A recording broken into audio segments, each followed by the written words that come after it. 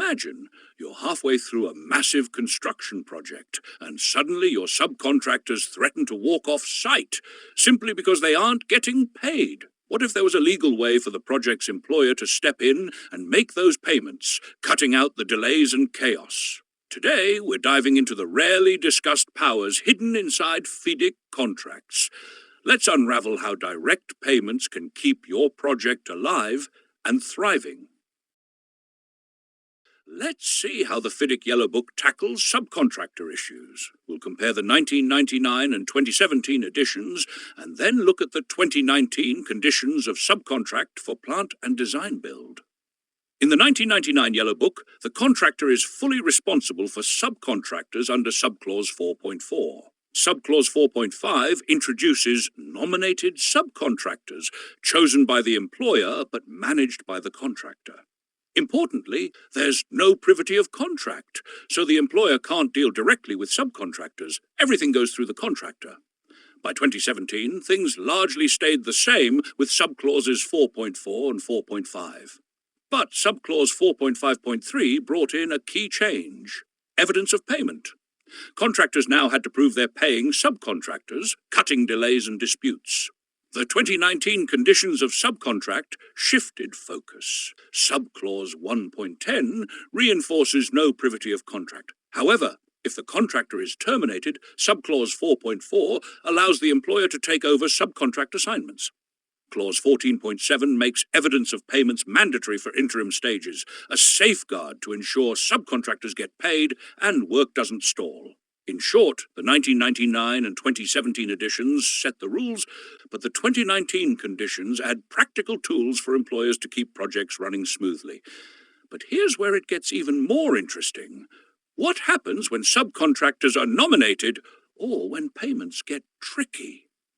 Let's break down Subclause 4.4 and 4.5 from the 1999 edition to see what they really mean for your project. Let's start by looking at the FIDIC Yellow Book from 1999. It's an important reference point when we talk about the relationship between contractors, employers, and subcontractors.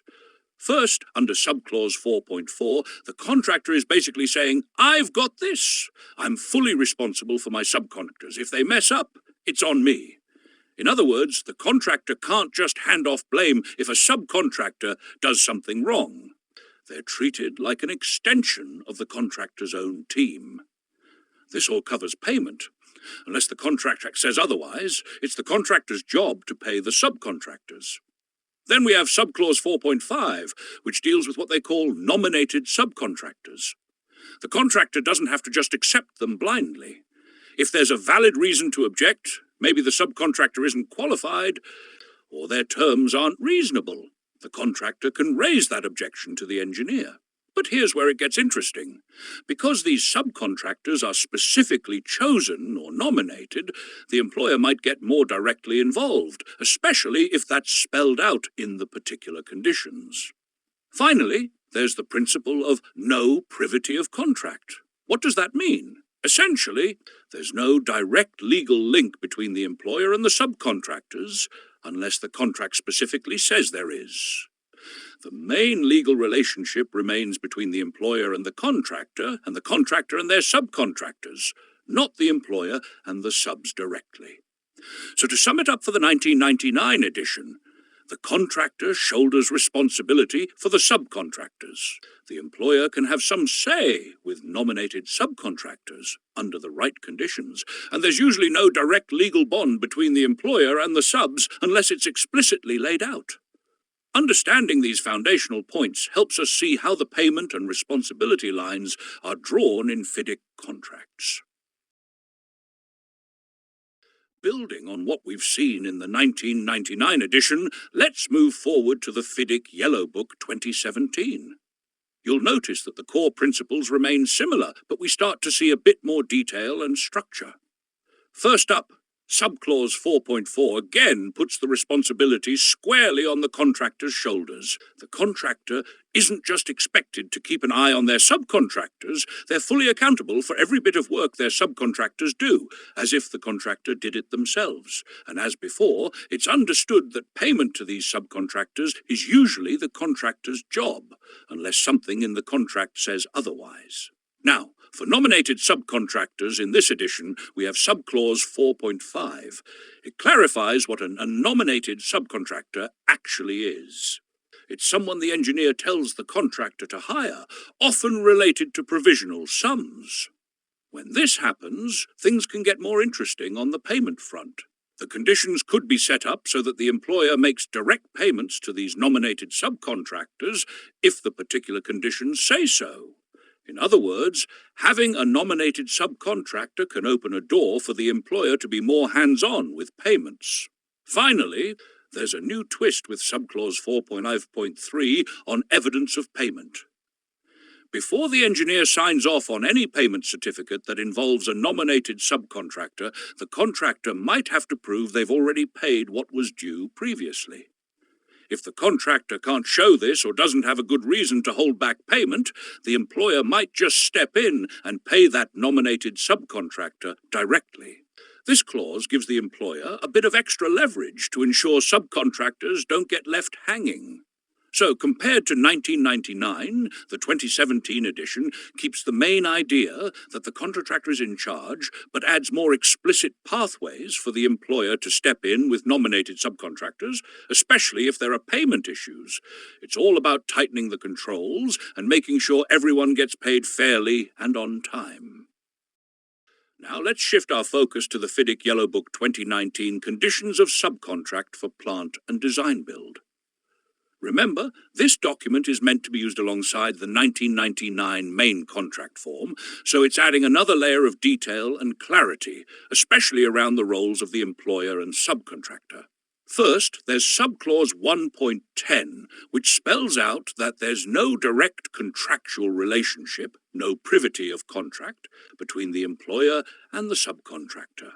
In simpler terms, this reiterates the idea that the employer's agreement is primarily with the contractor, not the subcontractor. Unless the contract specifically says otherwise, the employer shouldn't be dealing with the subcontractor directly. Next, let's look at subclause 4.4.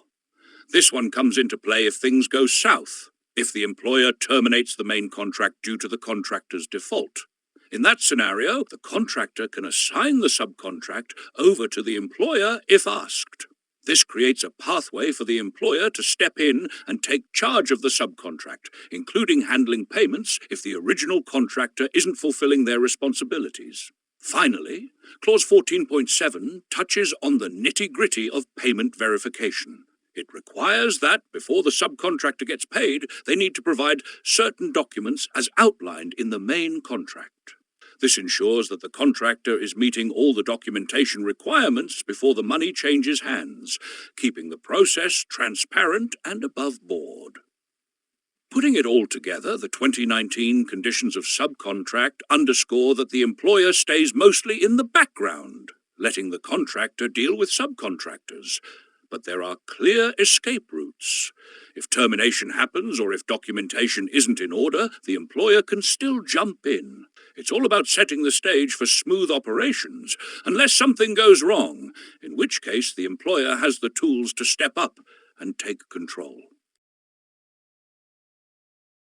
Now that we've explored each edition and the conditions of subcontract, let's zoom in on when employers can actually make those direct payments to subcontractors.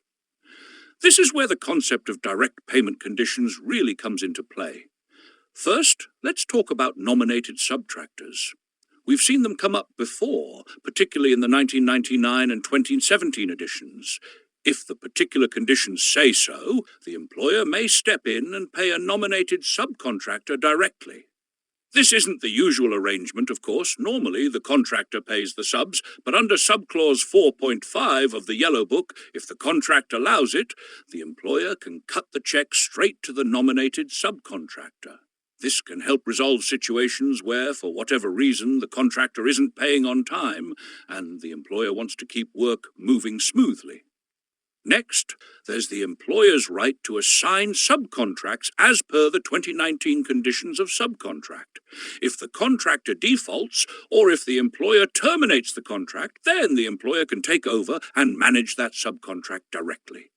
This is a bit of a safety net, ensuring that if the contractor drops the ball, the employer can still step in to keep the project on track and ensure that subcontractors get paid.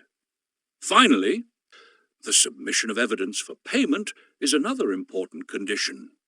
The 2017 edition, for example, introduced 4.5.3, which lets the engineer ask for proof that subcontractors have been paid before issuing new payment certificates. Similarly, the 2019 subcontract also nudges contractors to show that payments are in order.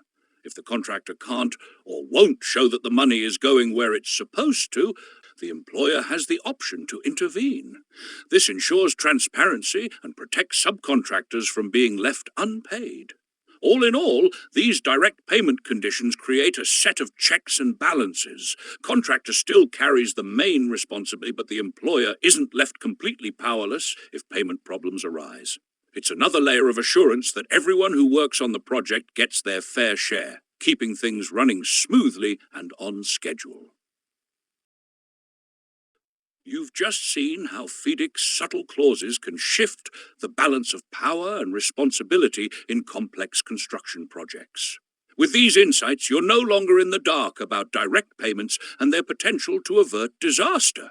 If you're hungry for more deep dives and strategic knowledge, stick around.